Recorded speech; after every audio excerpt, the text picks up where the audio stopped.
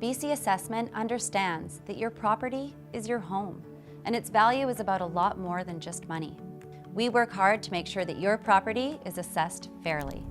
When there is damage to your property from fire, flood, erosion, or other natural forces that is not repaired or replaced by October 31st, then that damage should be factored into your latest assessment value.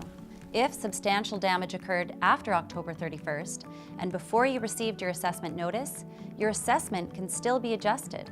BC Assessment uses a number of sources to identify affected areas and properties, including mapping, emergency service notifications, and self-reporting by property owners.